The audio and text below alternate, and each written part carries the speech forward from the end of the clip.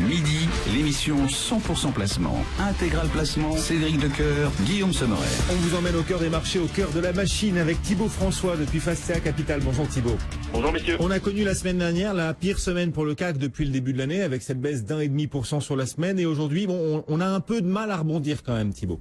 Oui, ça rebondit, c'est plutôt calme effectivement. On a en plus moins de 700 millions d'euros d'échangés depuis ce matin, donc c'est des volumes qui sont extrêmement faibles.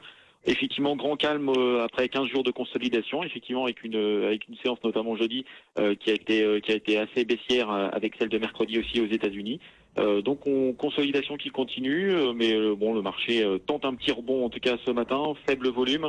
On a un euro-dollar toujours qui est toujours perché bien haut autour de 1,12. C'est surtout ça qui empêche le rebond aussi du CAC 40 de façon un peu plus ample. On n'a pas beaucoup de chiffres en plus aujourd'hui à se mettre sous la dent. Les publications sont passées. C'est vrai que le mois de mai est assez calme en général et ça se confirme aujourd'hui. Beaucoup de détachements de coupons, mais de dividendes. Mais c'est vrai que pour l'instant, il n'y a pas vraiment une grosse tendance qui se dégage sur les marchés financiers. Il faudra peut-être attendre demain, en effet, avec les PMI de la zone euro du mois de mai qui seront publiés. Puis mercredi, l'audition devant le Sénat de l'ex-patron du FBI, limogé brutalement la semaine dernière, James Comey, qui s'exprimera. Et ça pourrait aussi marquer un tournant politique éventuel pour les États-Unis. Donc pour l'instant, en tout cas, la prudence et l'attentisme. Du côté des valeurs, en revanche, il y en a une qui s'envole littéralement, c'est Lafarge Holcim, Thibaut, plus 7,5% désormais. Oui, tout à fait. C'est une excellente nouvelle qui vient d'arriver, qui est là depuis hier. Le marché attendait du nouveau, on va dire, d'ici la fin de l'année pour le remplacement de Monsieur Olsen, qui est démissionnaire suite à l'affaire syrienne. Bon, a priori, ça sera plus rapide que prévu. Et donc, c'est le patron de Sika, qu'on connaît bien en France, Monsieur Jan Jenisch, qu'on connaît bien en France parce que c'est le feuilleton depuis quelques mois, voire quelques semestres avec Saint-Gobain. Sika qui doit être acheté par Saint-Gobain déjà depuis de nombreux mois.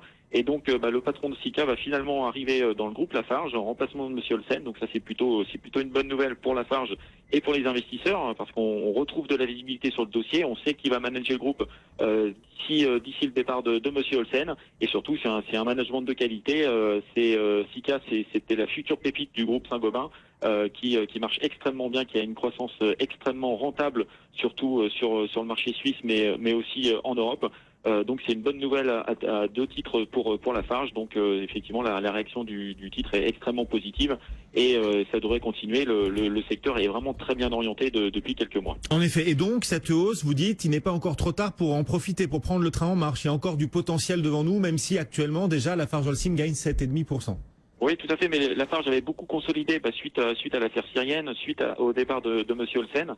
Le secteur en général est très bien orienté. On le voit avec des entreprises comme Saint-Gobain, comme Lafarge bien sûr, comme Sika aussi.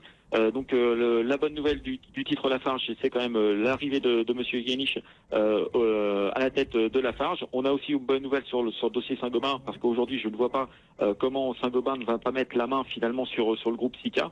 Le patron actuel était vraiment le premier opposant au management de Saint-Gobain. Donc tout ça c'est plutôt bon d'un point de vue microéconomique et d'un point de vue macroéconomique. Le secteur est vraiment extrêmement bien orienté. On a d'une très bonne tendance qui s'est mise en place depuis quelques trimestres et on pense que ça devrait se maintenir. On pense même que ça devrait s'accentuer et que les analystes vont revoir en hausse leurs prévisions et sur Lafarge et sur le dossier Saint-Gobain. Bon, du côté des autres valeurs, il y a Carrefour qu'on suit, les grandes manœuvres au niveau du management de Lafarge aussi, mais aussi pour Carrefour, c'est aussi l'un des enjeux des prochaines semaines. Oui, exactement. C'est vraiment le mercato. On s'attend à un remplacement de Monsieur Plassat. Bon, c'est un secret de polichinelle. Donc, qui va prendre la succession de Monsieur Plassat? La semaine dernière, c'était Monsieur Bompard qui était au cœur des spéculations. Le groupe Fnac d'ailleurs avait assez nettement sous-performé le marché. Là, a priori, c'est Monsieur Caparros, qui est pressenti. Donc, l'actuel manager du groupe Riway en Allemagne. Surtout que Monsieur Caparros a priori fini son mandat le 30 juin 2017, donc ça pourrait coller en termes de disponibilité pour le groupe Carrefour. C'est pas un inconnu du secteur, hein, c'est le secteur de la grande distribution. Ouais. Il a redressé l'entreprise Riway, donc c'est vraiment une piste crédible pour Carrefour. Après les spéculations autour de Monsieur Bompard et la solution en interne qui est aussi privilégiée par le marché actuellement. solution en interne qui pourrait permettre d'avoir une certaine continuité avec le management de Monsieur Pérez. Carrefour gagne 0,48% en ce moment, à suivre donc également. Pour terminer, juste Thibaut, on peut parler de Kepler qui joue au bowling, qui dégrade plusieurs sociétés. C'est un strike. Toutes les sociétés dégradées aujourd'hui sont en repli contre la tendance du marché. Exactement. Aujourd'hui, on a Schneider, on a Alstom qui ont été dégradés ainsi que Siemens.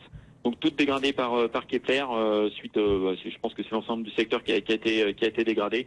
On pense aussi à Vinci qui a été dégradé par JP Morgan qui aussi sous-performe le marché en baisse de 0,47 actuellement. En effet, Kepler qui fait son effet aujourd'hui en bourse par cette dégradation de plusieurs valeurs. Merci beaucoup d'avoir été avec nous en direct, Thibaut François depuis Fastia Capital. Dans le reste de la